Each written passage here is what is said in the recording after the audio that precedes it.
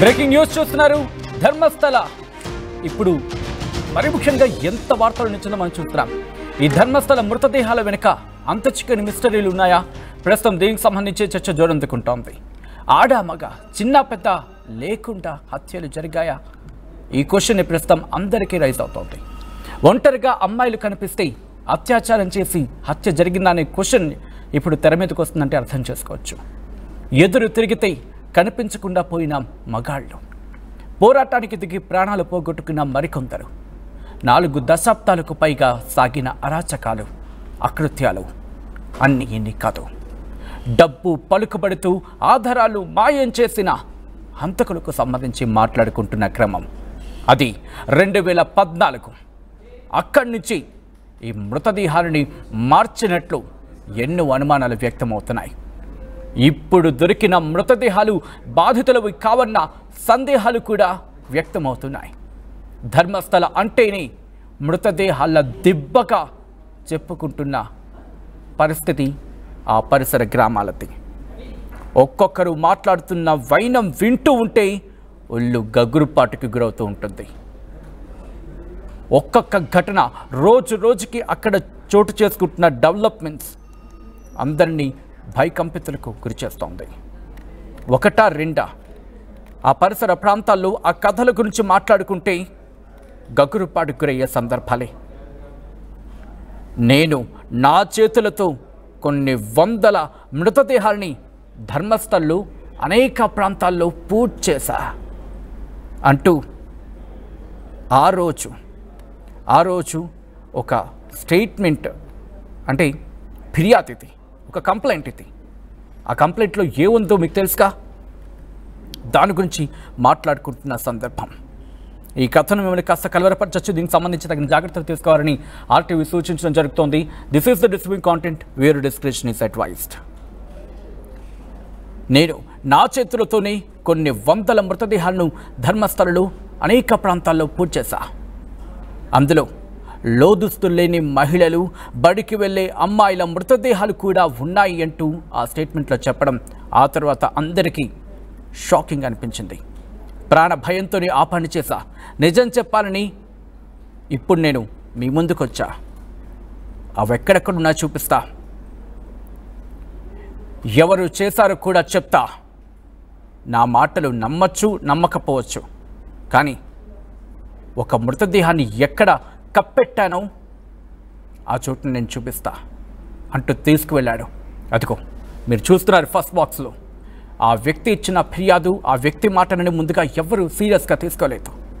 ఆ తర్వాత ఆ మాటలు నమ్మి ఆ మృతదేహాన్ని పూడ్చిన చోట తవ్వారు. ఇదిగో ఆ ఎముకల ఫోటోలు మీ ముందు పెడుతున్నా అంటూ కంప్లైంట్ కాపీలో చెప్పుకొచ్చాడు. ఒకవేళ ఇన్ కేస్ నన్ను ఎవరైనా చంపేస్తే ఆ నిజం అక్కడితో ఆగిపోకూడదు. అది ఆ నిజం ఈ ప్రపంచానికి తెలియాలంటూ ఆ కంప్లైంట్ కాపీలో చెప్పుకొచ్చాడు. దానికి కారకులు ఎవరైనా ఇన్ఫ్యాక్ట్ ఆ పేర్లు కూడా ఒక కవర్లో సుప్రీంకోర్టుకి ఇచ్చాడు అంటూ కూడా చర్చ జరుగుతోంది. కావలిస్తే మీరు పరీక్షలు చేసుకోండి. ఒకవేళ నేను ఇచ్చిన స్టేట్మెంట్ రాంగ్ అనిపిస్తే కనుక ఏ శిక్షకైనా సిద్ధం. అదిగో మీరు ఆ రౌండ్ సర్కిల్లో చూస్తున్నారుగా, ఆ వ్యక్తికి సంబంధించి ఆ వ్యక్తి ఆ కంప్లైంట్ కాపీలు ఇచ్చిన పేర్లు. ఆ వ్యక్తిని అక్కడ మీరు చూడొచ్చు. అధికారులు ప్రశ్నిస్తున్నారు, అసలు ఏం జరిగింది, ఎక్కడెక్కడ, ఎన్నెన్ని ఉండొచ్చు, ఇవన్నీ కూడా. అయితే ఇక్కడ జూలై 3న ఈ ఘటనకు సంబంధించి మాట్లాడుకునే ఒక పోలీస్ స్టేషన్లో ఒక వ్యక్తి ఇచ్చిన కంప్లైంట్, ఆ తర్వాత దీన్ని లైట్ తీసుకుంది. అక్కడ ప్రభుత్వం కూడా అంటూ చర్చ జరిగింది. ఆ తర్వాత సిట్ వరకు వెళ్ళిన సందర్భం. ఎందుకంటే యావత్ దేశం భగ్గుమంది అంశానికి సంబంధించి సోషల్ మీడియా వేదిక పెద్ద ఎత్తున చర్చకు దారితీస్తుంది. దీంతోనే అక్కడ సిట్ ఏర్పాటైంది. సిట్ అంటే స్పెషల్ ఇన్వెస్టిగేషన్ టీం. దీంతో అతగాడిని విచారించింది ఆ సిట్. అతగాడు చెప్పిన ప్రాంతాలు ఇప్పుడు తవ్వకాలు ప్రారంభించింది. పోలీసులు వెళ్ళారు. అక్కడ డాగ్ స్క్వాడ్ చేరుకుంది. చిన్న చిన్న మెషిన్స్ని తీసుకువెళ్ళారు. దాంతోపాటు అక్కడికి అదుగు మీరు చూడొచ్చు,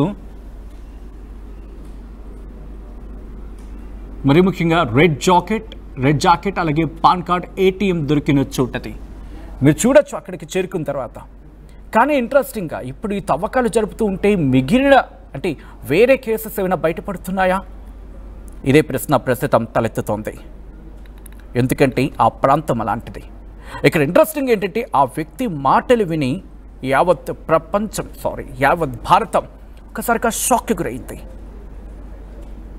దీంతో అక్కడికి చేరుకుంది, అంటే ధర్మస్థలకు చేరుకొని అక్కడికి ఇన్వెస్టిగేషన్ ప్రారంభిస్తున్న సందర్భంలో అక్కడ ఒక్కొక్క స్టోరీ ఒళ్ళు గగురుపాటుకు గురవుతోంది. కర్ణాటక వాసులు ఈ కథల గురించి మాట్లాడుతున్న క్రమం కావచ్చు, అక్కడ చెప్తున్న క్రమంలో ఒక్కసారిగా అందరికీ ఒళ్ళు గగురుపాటుకు గురవుతోంది. ఎందుకంటే ఒక గుర్తు తెలియని వ్యక్తి డీటెయిల్గా రాసిన కంప్లైంట్లో భయంకరమైన ఒళ్ళు జలధరించేలా అంశాలున్నాయి దాంట్లో. ఒక్కొక్క మాట, ఎందుకంటే ధర్మస్థలం అంటే ఒక పుణ్యక్షేత్రం. అక్కడికి పక్కనే ఎన్నో ఊర్లు ఉన్నాయి, చుట్టుపక్కల ఒక అడవి లాంటి ప్రాంతం. ఆ 2 ఊళ్ళో 3 ఊళ్ళో ఉన్న అక్కడ పూర్తిగా అక్కడ అటవీ ప్రాంతం. అది ఓ చిన్న నది నేత్రావతి అక్కడ ప్రవహిస్తూ ఉంటుంది.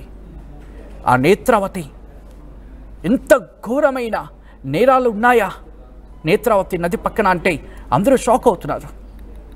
ఈ నేపథ్యంలోని అక్కడ స్థానికులు కొంతమంది మాట్లాడుతున్న క్రమంలో వాళ్ళు ఏమంటున్నారంటే, ఒక టీచర్ ధర్మస్థల్లో ఉండేవారట, ఆమె భర్త కూడా డాక్టర్ అట, ఆమెమో హెడ్ మాస్టర్.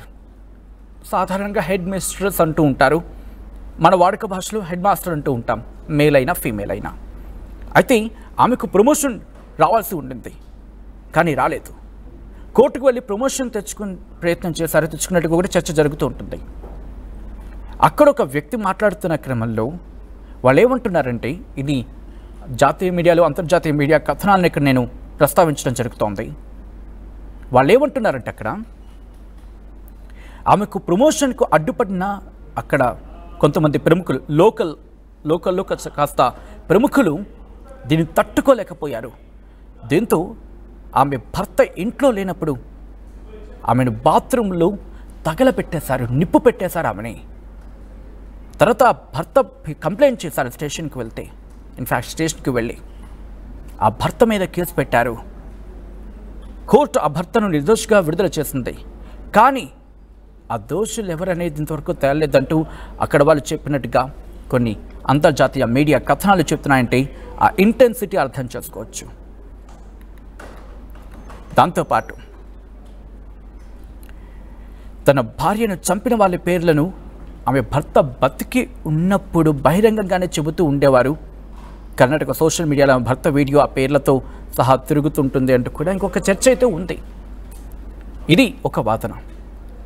ఇంకక్కడి నుంచి ఇంకొకటి, ఇక్కడ నేను ఎవరి పేర్లను మెన్షన్ చేయట్లేదు, ఎందుకంటే వాళ్ళ ఐడెంటిటీ అంటూ ఉంటాం కదా, కేవలం కథనాలు మాత్రమే నేను మీ ముందుంచే ప్రయత్నం చేస్తాను. అది కూడా అంతర్జాతీయ మీడియా కథనాలు వచ్చినవి. ఇంకొక ఘటనకు ఒక 17 ఏళ్ల అమ్మాయి, ఇంటర్ అంటే PUC అంటూ ఉంటాం కదా, చదువుతున్న క్రమం, వాళ్ళ నాన్న ధర్మస్థల పంచాయతీ ఎన్నికల్లో పోటీ చేయాలనుకున్నారు ఒక పార్టీ నుంచి. ఆ రోజుల్లోనే అంటే అరౌండ్ ఇది ఒక 1980s మాట, ఇది 1980s 1990s మధ్య మాట ఇది.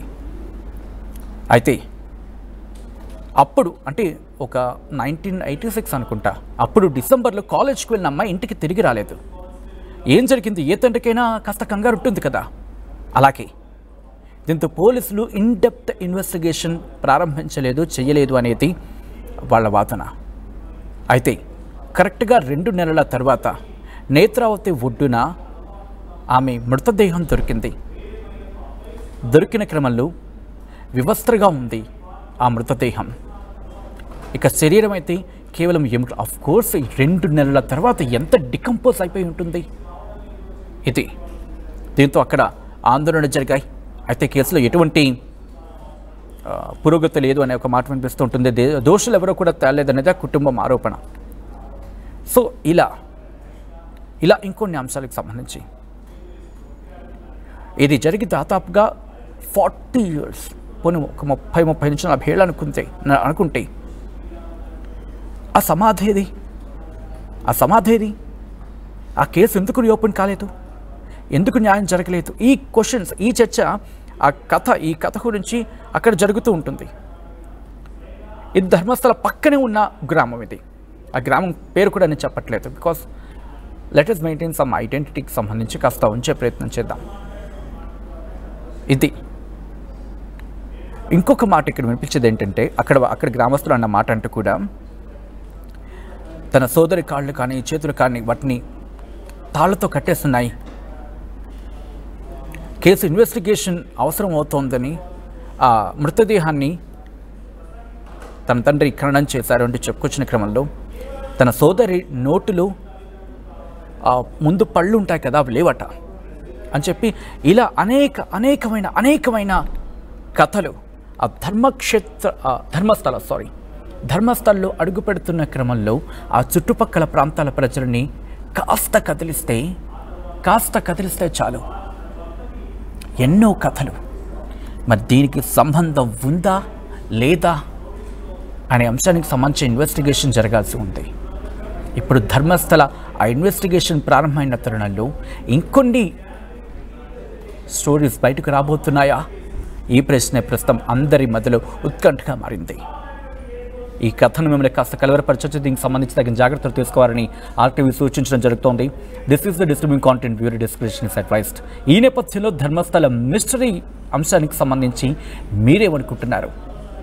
ఈ ధర్మస్థల మిస్టరీ ఈ వ్యక్తి చెప్తున్న అంశాలకు కాకుండా ఇంకొన్ని ఉన్నాయనుకుంటున్నారా?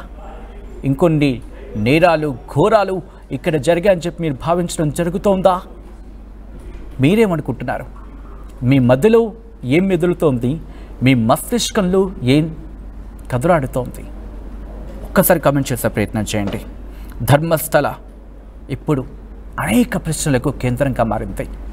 ఆ అడవిలో మరి ముఖ్యంగా నేత్రావతి ఒడ్డున ఎన్నో కథలు దాక్కున్నాయా? ఎన్నో మిస్టరీలు అక్కడ పూర్తి చేశారా? ఇప్పుడు తవ్వుతున్న కొద్దీ బయటపడి ఆ మృతదేహాలు ఎన్ని కథల చిక్కుముడుని విప్పబోతోంది, ఎన్ని కథల గుట్టు రట్టు చేయబోతోంది అనేది అనేక ప్రశ్నలు తావిస్తోంది. మీకేమనిపిస్తుంది అనేది ఒక్కసారి కమెంట్ చేసే ప్రయత్నం చేయండి. అక్కడ దృశ్యాలను ఒకసారి చూద్దాం.